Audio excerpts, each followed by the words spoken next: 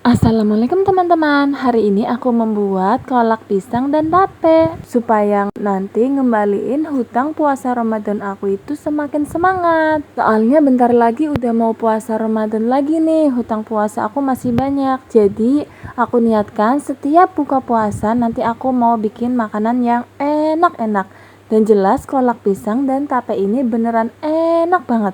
Langsung aja yuk cara buatnya. Bahan-bahannya di sini aku punya sekitar 7 buah pisang. Pisangnya aku pakai seadanya di kulkas ya. Lalu ini ada tape sisa suami aku beli tadi pagi. Segini aja ya, nggak usah banyak-banyak, udah cukup. Lalu di sini aku pakai 5 butir gula merah yang ukurannya kecil-kecil ya. Kemudian 1 saset santan instan, 1 saset vanili kecil, kemudian 1 sendok teh garam. Pertama aku mau sisir dulu nih gula merahnya supaya nanti lebih cepat hancur ketika direbus. Kalau yang gak terlalu suka manis, gulanya bisa pakai 4 butir aja. Maksudnya kalau menurut suami aku yang gak terlalu suka manis ini bilangnya kemanisan, tapi kalau menurut aku ini pas. Jadi gula merahnya sesuaikan selera masing-masing ya. Kalau yang gak terlalu suka manis bisa dikurangi. Di sini aku padahal nggak pakai gula pasir loh, supaya warnanya lebih pekat. Jadi aku menggunakan semuanya gula merah. Nah ini udah semua, sekarang kita sisihkan dulu ya.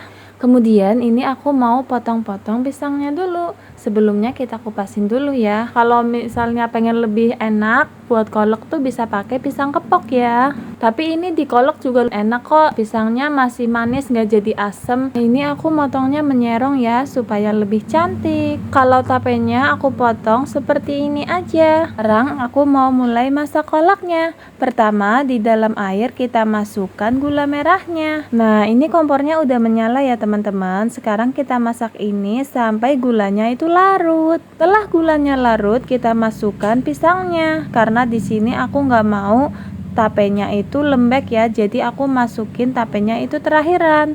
Tapi kalau misalnya nih selera kamu tuh sama kayak selera mama aku yang suka bikin kolak tapenya itu sampai kayak hampir hancur, kalian bisa masukin tapenya bareng sama pisangnya. Oke? Kemudian kita masukkan garamnya. Jangan lupa masukkan juga vanili bubuknya supaya aromanya wangi. Kalau misalnya ada pandan, cukup pakai pandan aja ya. Kalau misalnya pisangnya udah empuk, kita masukkan tapenya. Kita kecilkan apinya, kemudian kita masukkan santannya. Kenapa harus dikecilkan apinya? Supaya santannya itu tidak pecah. Nah, kalau santannya udah dimasukkan, kita aduk ini, kita masak ini sampai santannya matang ya. Sambil diaduk-aduk terus sampai santannya matang.